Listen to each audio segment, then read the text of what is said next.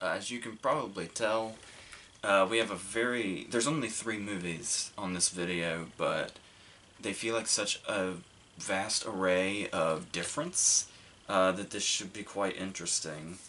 So, I think we're gonna, once again, start in 2017, then go into 2018.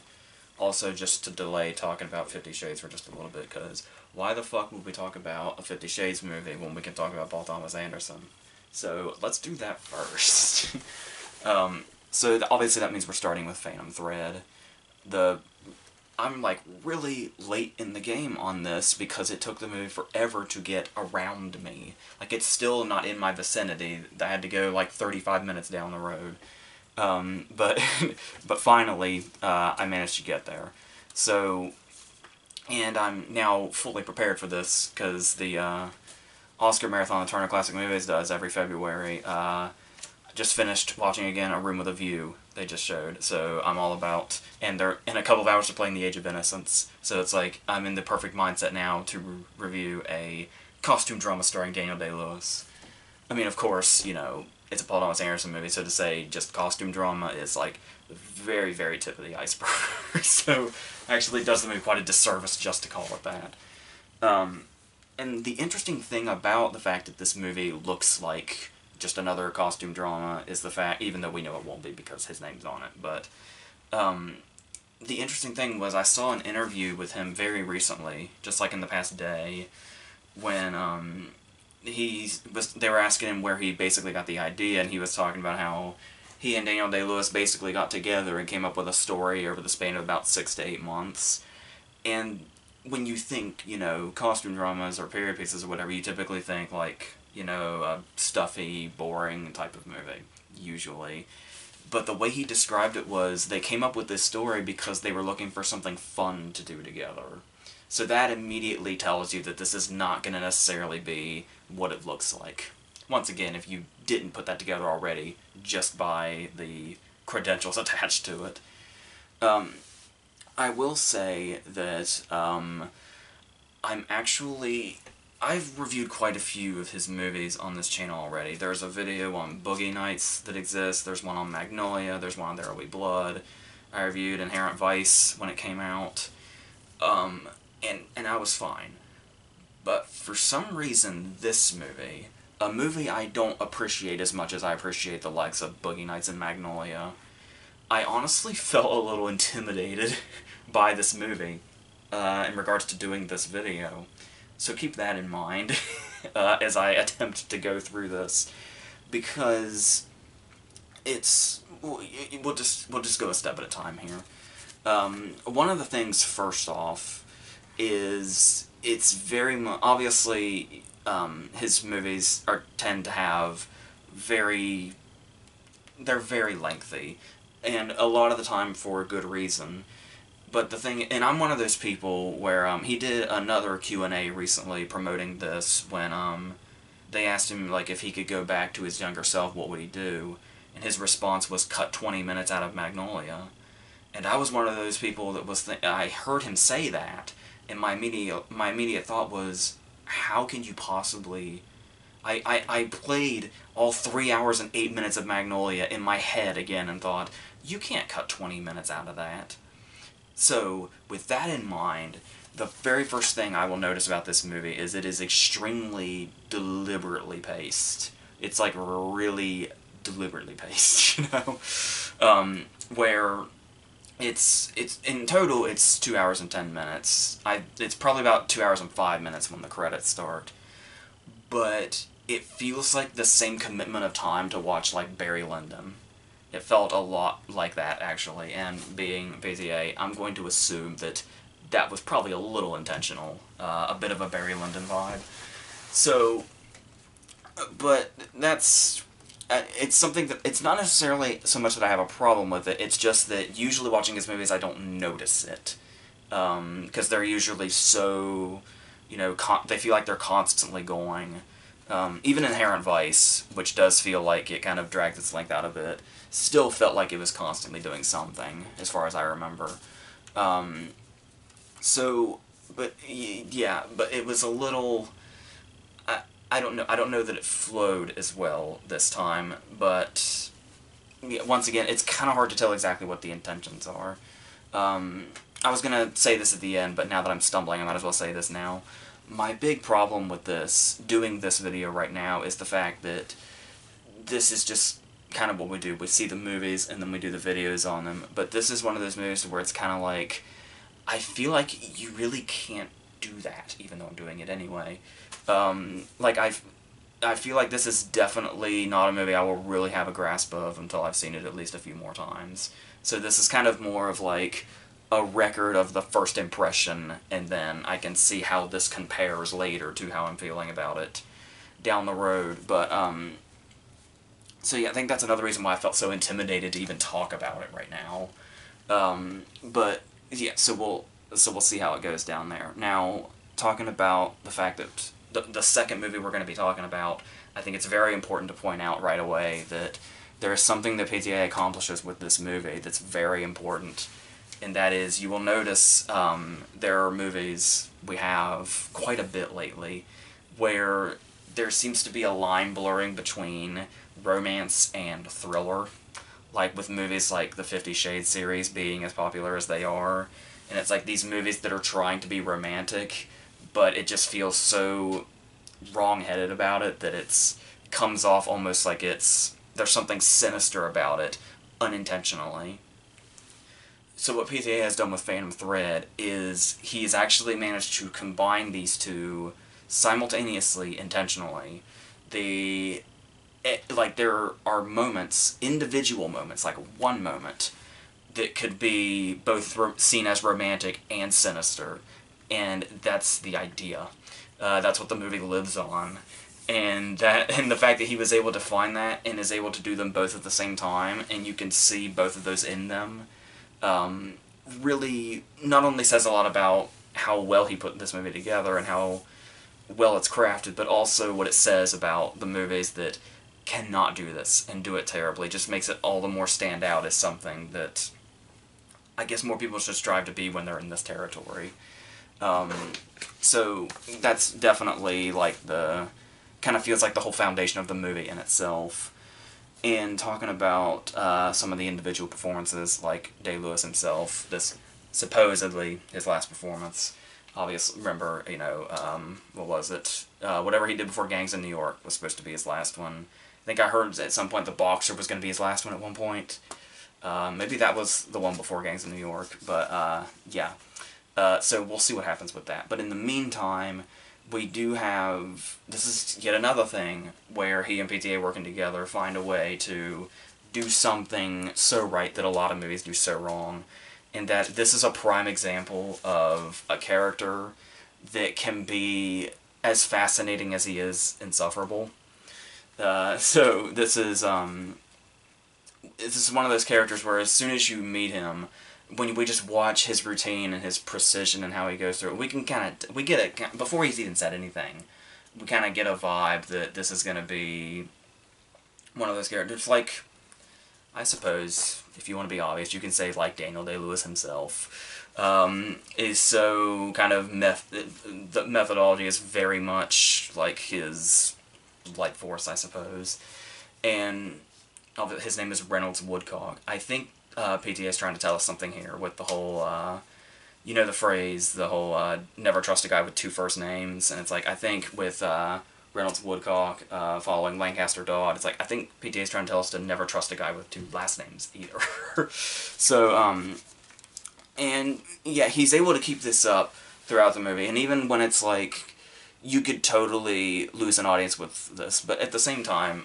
I think they knew when they were creating this character, it's like, if this movie is going to lose an audience, it's going to be for more reasons than just they think the main character is unlikable.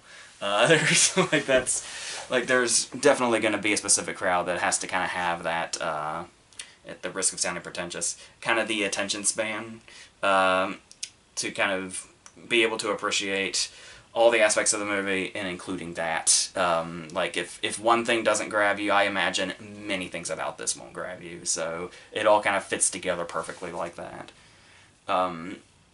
And he's also, it can be very enticing watching him, you know, start to lose his cool, whether it be when he deems somebody unworthy of wearing one of his dresses and goes, you know, to full measures to correct that. Or there's a moment when he's talking about, he's just one of those characters where he's talking to the doctor, and he's basically saying, you know, I was kind of in a daze. If there are probably things I said to you that I should probably be apologizing for. He's basically being friendly about it, and then the guy makes the mistake of saying, well, I've, you know, been laid siege by much worse, and you can just see the turn in him say, like, you know, he actually says, oh, really? As if to say, like, oh, so you think I can't go worse than that motherfucker? Well, guess what?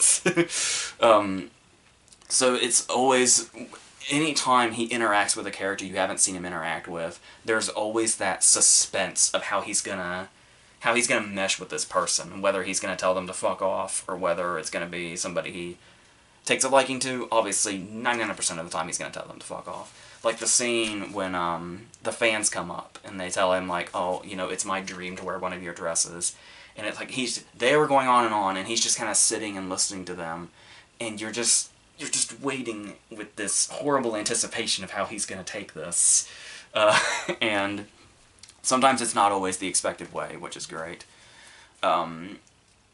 So going on that, somebody that's obviously going to be an enormous breakout with this movie. I don't think they had done much prior to this, really, at all. That's Vicky Krieps, obviously. I think that's how you say her name.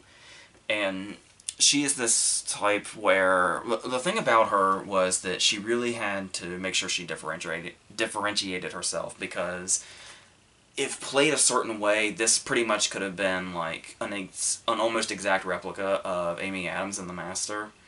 But it's they definitely do take a different approach. So it's props to PTA and the writing process for not just doing that character again, and props to her as well for being able to do it something. It's not the same, but it's similar. You can definitely tell it's similar, but plays it in such a different way to where it's almost like Amy Adams was sort of like a, you know, Lady Macbeth type, to where it wasn't really all that subtle. But here, it's a lot more kind of, you know, shrouded by the kind of elegance and the quiet way about her.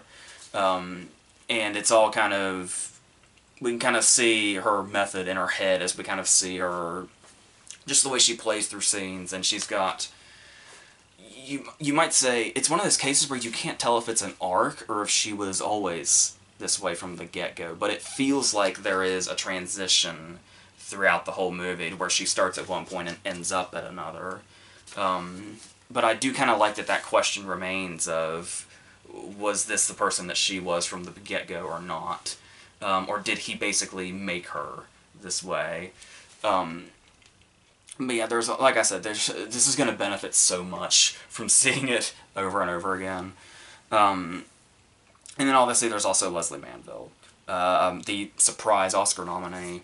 And it's very interesting to watch her and Day-Lewis together, because it's basically like, for a lot of the movie, their two characters might as well be one.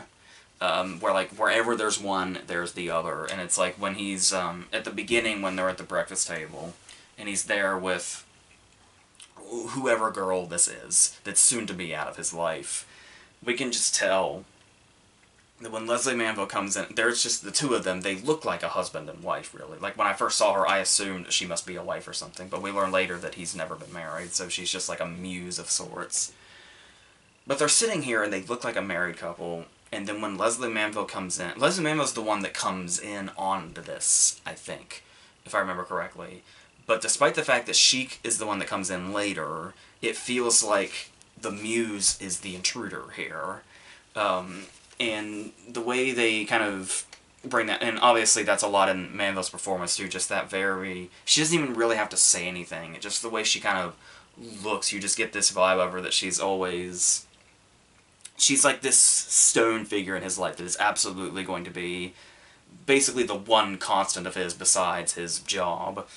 And that's not to say that there are eventually some rifts, there are not some rifts between them as well. I would like to think that her Oscar clip is going to be the "Don't pick a fight with me" scene. That's like, it's one of those cases where we know this is just a movie filled with ruthless characters. And it's mostly how they see the other characters. It's hardly how they. And there are certainly those moments when they start to interact with each other, is when the movie really gets into these big moments. I do think the movie could have benefited more from, like, scenes that are, like, all dialogue. I know it's visually it definitely works, and there's so many scenes that don't need dialogue that just kind of play out. But you know those scenes you see in, like, Ingmar Bergman movies where, like, people just sit in a room and they're, like, 20-minute scenes that are just dialogue? I feel like this movie could have been one of those. And it could have been a slightly different style, but I could totally see that working with the movie as it is. Just even though I just said that if there's one problem I have with the movie is that you can tell how long it is when you watch it, and that it feels significantly longer than it actually is. Once again, not that that's always a bad thing. So, going on that, also, another thing you'll notice is the... Well, I say sound, but not necessarily just, like, the, you know, sound of, like, objects or whatever, but the way the score is as well. This is another one of those cases where the score is almost... It doesn't always make itself known, but it's only so long in the movie before you realize the score is almost constant, but in a really good way. And it's... Obviously, Greenwood has been working with PTA for a while now, and really kind of gives his like PTA's other movies, like Boogie Nights and Magnolia, kind of ran off of a soundtrack of pre-existing songs, and you can tell that his movies are kind of starting to take on more of a personality. They're kind of like when you saw like Boogie Nights was like his ode to Scorsese, Magnolia was his ode to Altman. There Will Be Blood was kind of his ode to Kubrick, but still its own... But the thing I'm getting at is, it seems like once the Greenwood score started, it felt like PTA movies started to take on an identity of their own, and didn't seem like he was just paying ode to other directors. And that's not to undermine, you know, everything that he did to get to this point, but the Greenwood scores, like, really, really bring that out. And give the movie, like, their own entire personality. Like, they're the whole... Like, yeah, it's almost like if what we're looking at is the face, the score and all that is like the rest of the body underneath it. So yes, it all comes together nicely, and I really love the fact that it almost rarely draws attention to itself, despite almost always being there.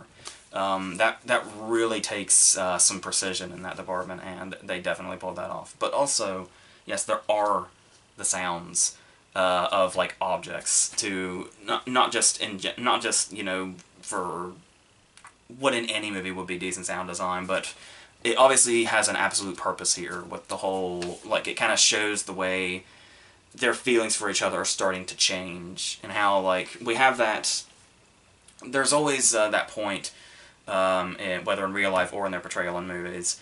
We know that relationships are at some point going to get to that moment to where like when they call it the honeymoon phase is over, and little things that the person does will start to get grating. They use the sound design to portray this in the movie. And so, like obviously the scene where she butters the toast. And he says that it's like the sound of her riding a horse across the room.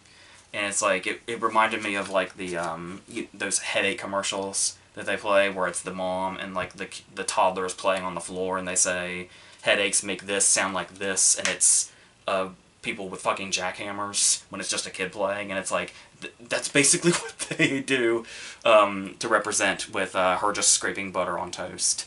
And it's like something that simple that says this whole thing is great, and that's, once we reach this point, that happens many times throughout. Like pouring tea becomes this as well. So that's really great as well. And I was talking about just like that, but there's other kinds of those little PTA touches. I go back to, well, there's the scene when he's, towards the beginning, when he's talking about, and I don't know, like, you know, what words were and were not, you know, in the popular in the language back whenever this is supposed to take place. But there was something that stuck out to me towards the beginning when he was talking about how he likes to think that his spirit is there, like, watching him. And he says, there's something comforting about that. I don't find it spooky at all. And it's like just the casual way that this really distinguished character in this setting says the word spooky, of all words. And it reminded me of when PTA was talking about when he was writing There Will Be Blood, and the milkshake line, and he said he was, like, reading old literature, and then like old documents or whatever, and he saw the word milkshake, and he was like, in this context, it just really stood out in a weird way, and that's why he had to do the milkshake scene in There Will Be Blood. It's like, it reminds me a lot of that when I heard the word spooky in Phantom Thread for some reason. So I do love that stuff, and also, this is also one of those movies that, like, has the presentation of food is a really big asset. Like those movies like Chef and, like, Bobette's Feast and all that, to where, like, that's, like, the whole thing. That's not something I had expected in this movie either. And it's one of those cases where even when given the context, it absolutely should not look appetizing, they still managed to pull that off. So I found that to be kind of an interesting aspect into the movie as well. So yes, and overall, I was talking about a Barry Lyndon feel. It also kind of feels like this is like, I mean, it's obviously not quite the same territory, and there's obviously a couple of particular reasons I would say this, but it also kind of felt like this almost feels as much of a Beguiled remake as Sofia Coppola's movie earlier this year. In many ways, particularly the way the story's told and how we kind of slowly start to get to this more. It just kind of plays up like just a normal costume drama, but then manages to find this way to where it just turns dark. Obviously, the story of the Beguiled moves quicker, but we still kind of feel like we get into those same places. So it almost makes me wonder if the original Beguiled had any kind of inspiration in him when he came up with this story and started writing it, and it ends up in the place that it does.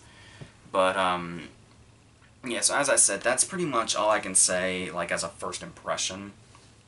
I really don't feel like it's enough, and I don't feel like what I feel about the movie right now, to where I think it's very good, but I don't think it goes into greatness by any means, and I think, like, it feels long, because there are obviously movies where if you don't know where it's going, it could potentially feel long, but then once you do know where it's going and you can kind of appreciate the craft a little more the second or third time you watch it, it may blow by then, so I'm really interested to see how that goes, but as far as first impressions go, this is about as far as I can get, so I hope this wasn't too bad or something. I was really nervous about reviewing this, so that's the best I can give you for now.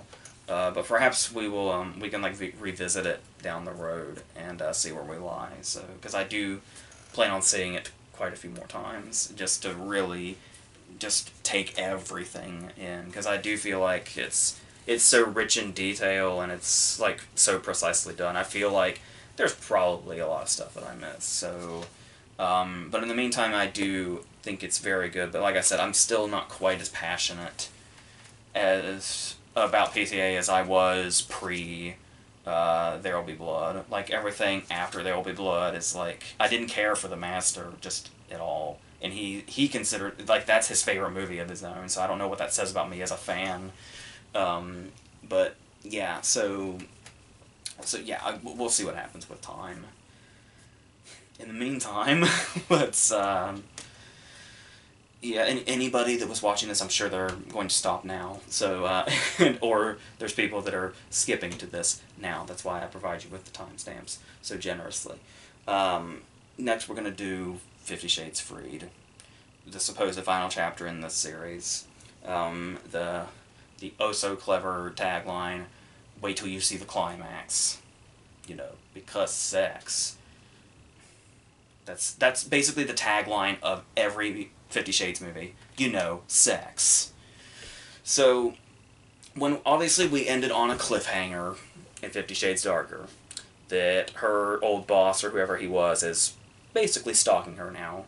They just decided to throw a dangerous dude in this movie because that's what it was missing. A dangerous dude. Go figure.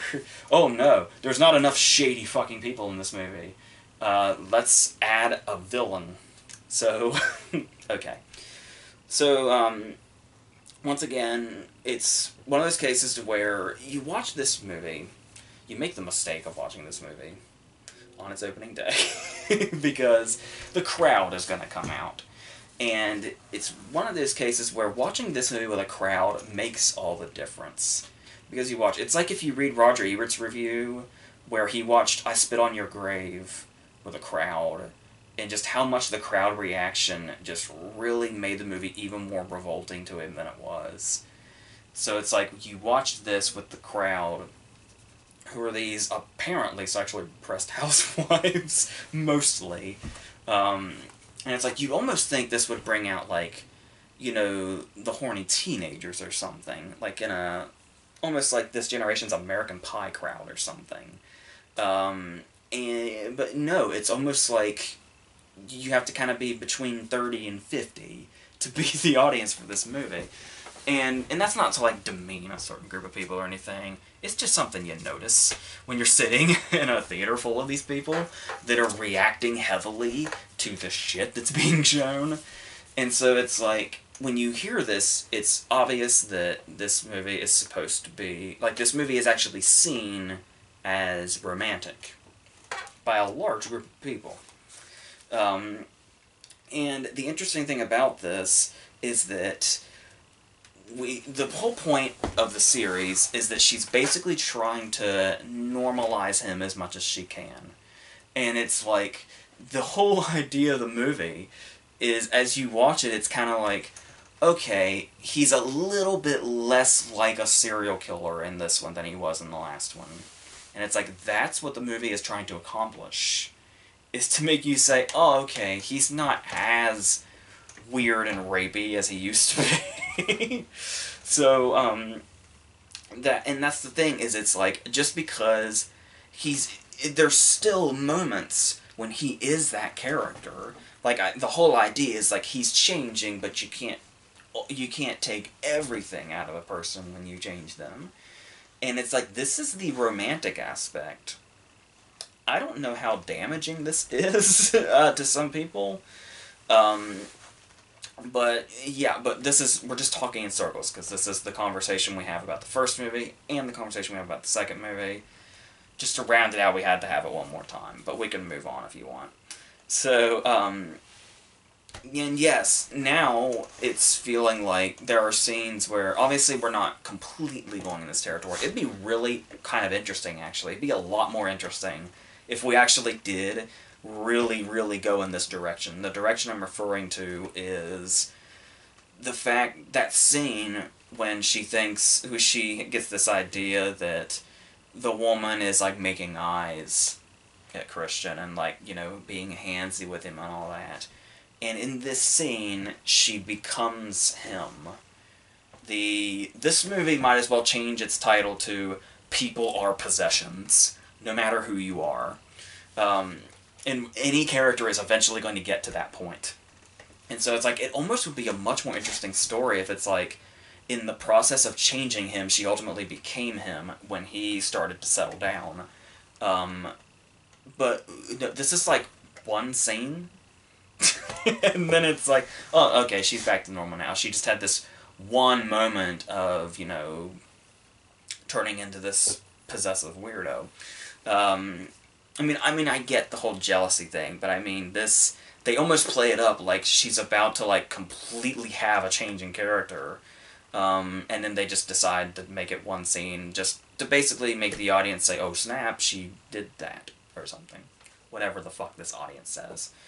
And now we have a brand new movie, so we have a whole bunch of different things that are good. The whole idea is, we gotta lead to the sex scenes. Like I said before, these movies are literally the structure of a porn.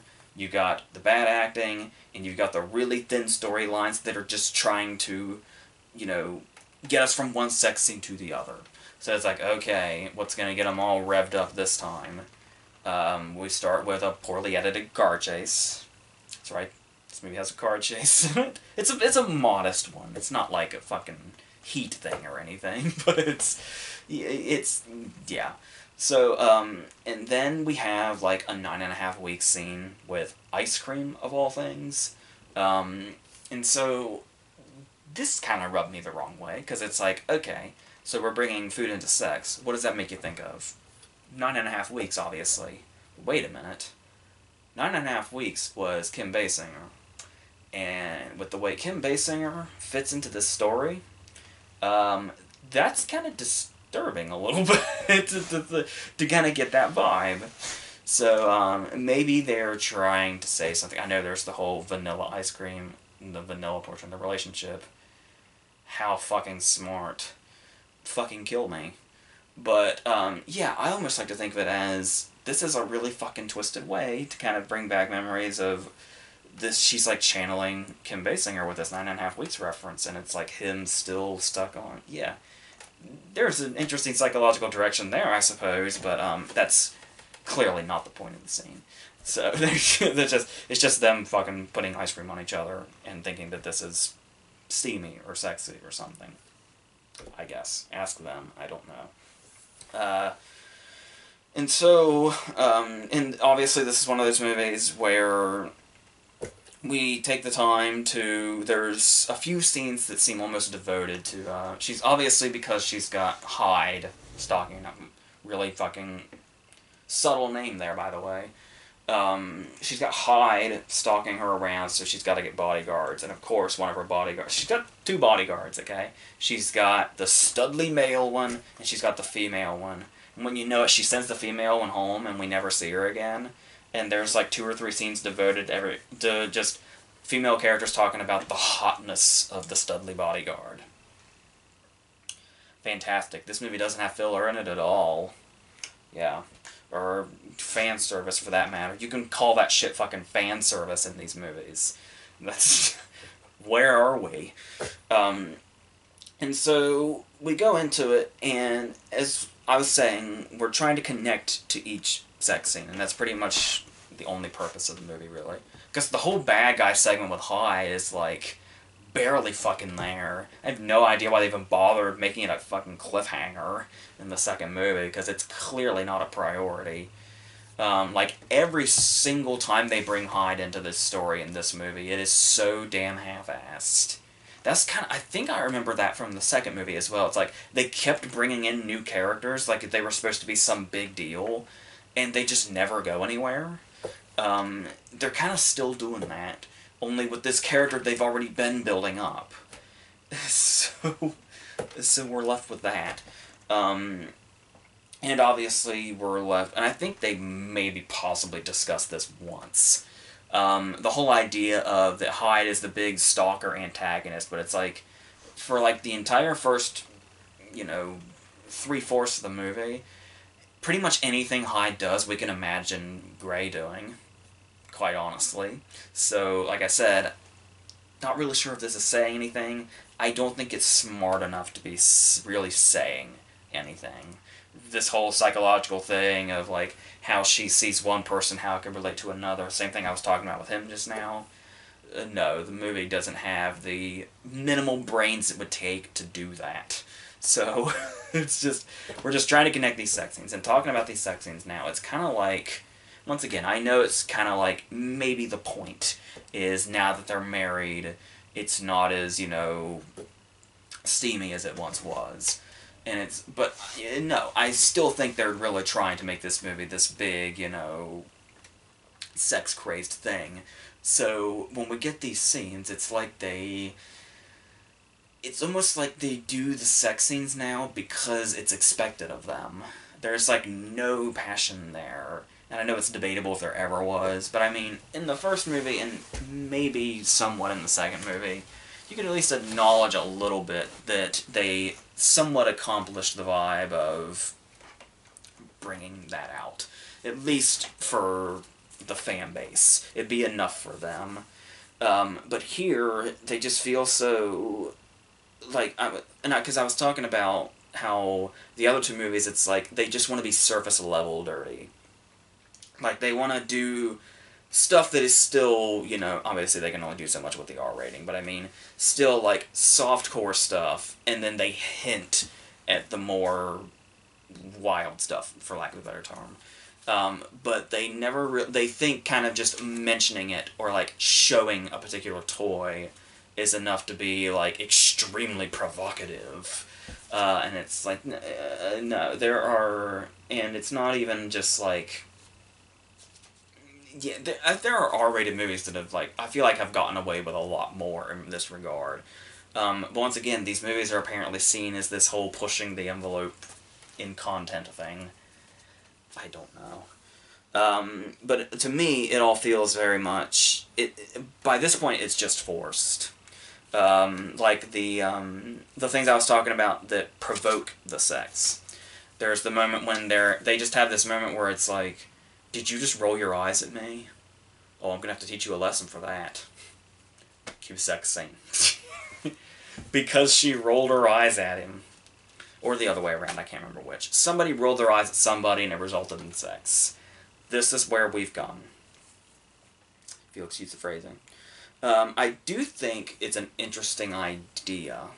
It's an interesting idea to start off the Christian Grey character the way they did, and to kind of go in reverse, and to like make the movies lighter as they go. To like almost... They're almost, like, the first one tried to be this really dark, seductive thing, and now they're pretty much romantic comedies at this point. There's even the scene when we have the misunderstanding, or somebody, like, slightly steps over the line, and the response is to, like, mope around and not talk to each other, or have the person, like, storm around the house and refuse to speak to the other. It's just because we're in such a provocative movie, she's doing it topless now, so... That's 50 Shades Freed's contribution to that cliche. Good one. And obviously, and like I said, the main thing here also is that they just really half-ass this thing that's basically supposed to bring us to our conclusion. This whole Hyde story, to where it's like, it's supposed to bring in these things like, she's having nightmares that aren't all that nightmarish. The paranoia is increased. So we have scenes when, like, they're laying in bed, she has a nightmare, she gets out of bed and, you know, goes to eat ice cream or whatever in the kitchen. So it's like she's one room over in the kitchen. So Gray comes into the room, opens the refrigerator, he's looking for something, and then he drops something, and then she acknowledges it, and he's like, oh, you're in this room. And he's like, I've been looking all over for you. Where were you? It's like, number one, she was in the other fucking room. Number two, you were looking for her in the fucking refrigerator? But okay. I guess they thought that line made sense in context because that's what most characters say in scenarios like this. Fuck context.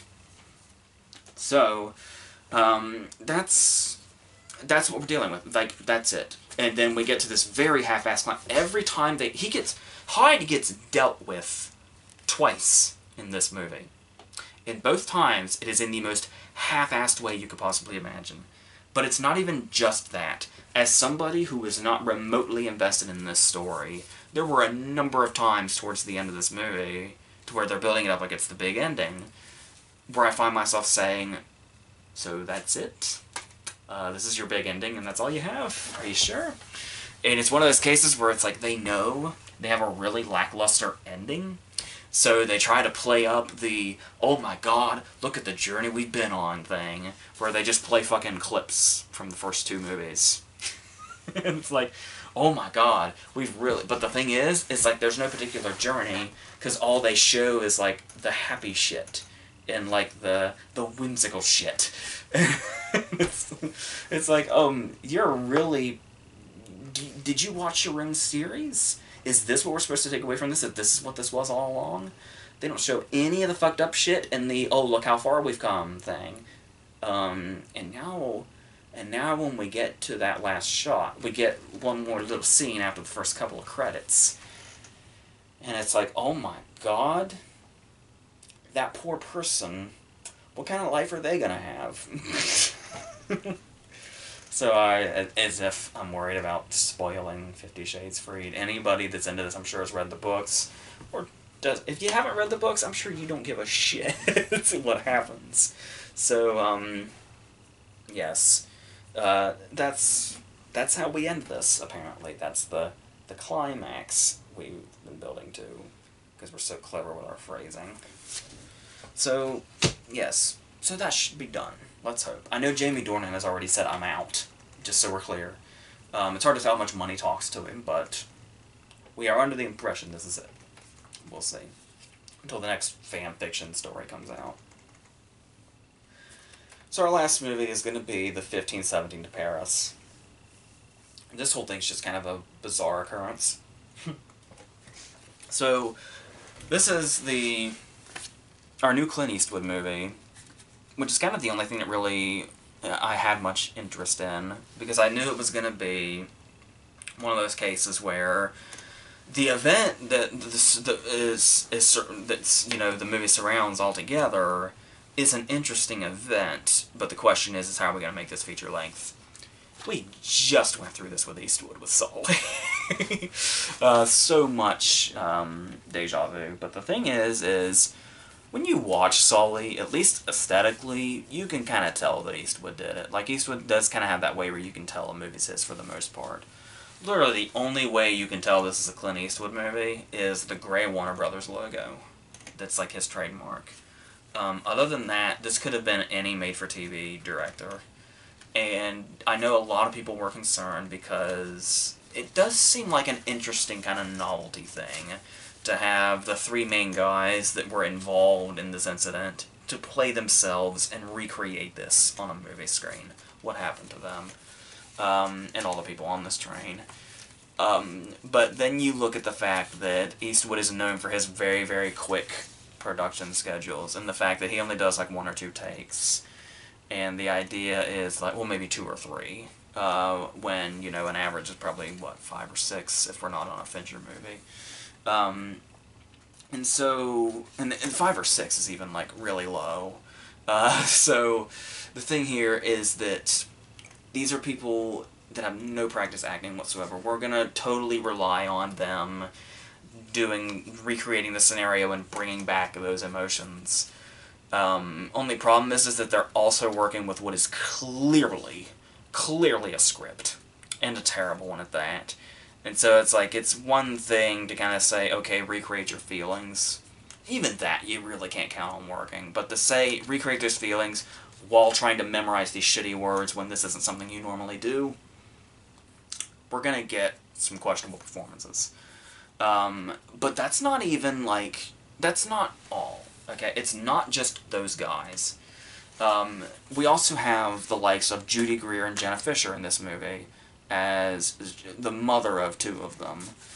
And they've been, you know, obviously Judy Greer has been great, you know, time and time again. Obviously, we all love Jenna Fischer on The Office. She's the lead in a movie like nobody saw called A Little Help. She's really good in. She plays like a single mom. And even in their scenes, it's like, Jesus. You can tell that they did not get many takes on this. So, like, really nobody comes out unscathed in the acting department. And it's, like, there's even the moment, I think it's Judy Greer gets the line, I just have a profound sense of fear that something is going to go wrong. I think that might have been Jenna Fischer, actually. We're supposed to buy that this woman says, I have a profound sense of fear about you leaving. And that's the kind of dialogue we're dealing with. When it's not just them trying to sound like, you know, they're having this buddy banter. And it's like, even, I'd almost say, maybe, I mean, also, this can be hard too, but it's almost like, since they know each other and they're playing themselves, maybe just have them improv. And you think maybe they did do that, but it's like, nah. Improv would not come out this stiff, even if you're inexperienced in it. If you're just told to talk to your friends on camera, it does not come out this way. And you've got all these shitty things to say. This movie has a hard-on for foreshadowing so much. Like, you probably heard in the trailers when he talks about the obvious, you ever feel like we've got a greater purpose? Like, we were put here because we have a greater purpose? And you think, wow, that's on the nose. Well, after that scene, There's a whole other scene devoted to the fact that he said that. They have lunch together, and the other guy's like, hey man, you won't believe what he said. He thinks we're put here for a greater purpose. I mean, what's that? Do you think we're here for a greater purpose? We're a greater purpose. This is like the whole scene before they get on the train. And there's a lot of that. But going back, talking about the fact that they've obviously known each other for a while, this is what threw me off. You question, okay, how do they stretch this out? Well, we go back to 2005. When they're kids. Which, of course, was a bit of a mindfuck to me, because it's like, I guess I'm still not quite to terms with how old I am, because it's like, we say we're flashing back to 2005, and it's like, oh, well, okay, so they must not look that much different. But then it's like, oh yeah, these guys are so young, they were fucking kids in 2005. So once you get done dealing with that, basically, it's one of those cases, like I said, where you can immediately tell. It's like the whole idea of bringing in the real dudes. Obviously, they're not the real dudes when they're kids, but still, the whole idea of bringing them the real dudes is to make it feel as real as possible. But it's like, these are so much movie kids. They, two of them, the two that end up joining the military, they go to school in matching camo shirts, and they often salute each other when they're departing. So there's that. And then they have their other friend. The kind of, you know, the kid that loves to get in trouble. The kid that, behaving exactly like a real kid would, leaves the principal's office saying, say hi to your wife for me. And this kid's like 11. We're supposed to believe that these are real people. These are going to become real people. And we'll know this because we're supposed to be actually looking at the real people when these kids grow up. So there's an immediate detachment from the get-go, just with that. Let alone the performances themselves. Like, the performances are almost the last thing that detaches the audience from this movie. There is so much more working against it. And so, eventually we get going, but then it's like, he makes exactly the same mistakes he did with Sully. The exact same problems I have with Sully. To where it's like, we're never building to the event. It's always, they're in a damn hurry to show us the event, but not quite get us there yet. So we keep having flashes in the middle of the movie of the whole train thing, and it's, once again, much like Sully, sometimes you're not quite sure where you are in the timeline, because the editing just does not care. It'll just show you one thing, and then bam, we're on the train, back to them as kids, back to the train, now they're grown up, and then we'll eventually get to the train. The rest of it. But the thing is even though they've already shown us some of it, when it gets to the point where we circle back around, they're going to show us the whole thing again. In total. So, what's even the point? Because I do think, I mean, the movie's going to obviously be very, very bland and very much filler just to get us to this point. But at least, if you didn't have these flashes, if you started with them as kids, and then you went all the way through them growing up, them joining the military, them going on vacation, then ending up on the train, there would at least be this sense of anticipation for the audience. Like I said, even if the rest of the movie is completely shitty, there would still be us waiting for that to happen. But we don't get to have that anticipation because they keep putting in random fucking cuts of it happening throughout. Because they think we're that impatient, I guess. And yeah, I'm sure most people probably would be, but I don't know. But, so that's a problem. Another thing that just makes this movie feel like such a distance is there's something quite surreal in the casting choices. It's the beginning. All of these take place in the childhood segments. Okay, this is a Clint Eastwood movie about a real-life attempted terrorist attack. Okay? On a train, where people were injured. One dude was shot, almost died. Life or death scenario. But let me tell you about 3 characters at the beginning of this movie. The school principal, the gym teacher, the teacher in the classroom. In this very serious Clint Eastwood movie, the principal is Thomas Lennon, the gym teacher is Tony Hale, the teacher is Jaleel White. I swear to God. There are no lies here. So that's, and honestly, it's not even that I have anything against them doing material like this. Like, if it was one of them, if it was just Thomas Lennon playing the principal and everybody else was a serious actor, fine. If it was just Jaleel White playing the teacher, everybody else was a serious actor, fine. But the fact that it's all three of them is so bizarre. I mean, like, you have Thomas Lennon played Bruce Wayne's doctor in The Dark Knight Rises. It was random as hell, but we got over it because it was just one scene, and he just came and went. Wasn't even really a comedic role at all. It didn't have any comedic lines or anything. But the fact that it was, like, all three of them is so weird. It's really weird. And just makes the tone, like, it almost makes you wonder if Eastwood was, like, even aware of them. Like, aware of their careers when he cast them. It's like, I'm just imagining them, like, sitting around, and it's like, okay, we need to cast, the people that work at the school. He's like, we need a teacher. It's like, can we get that Urkel kid on the phone? Like, I really like that Urkel kid. We need to work with him. It's like, I really want to hear Clint Eastwood say that in the casting process. Because where the fuck does it come from? I don't know. But anyway, not to say Jaleel White can't do other things. I'm sure he totally can. But it was just, it's jarring, you know.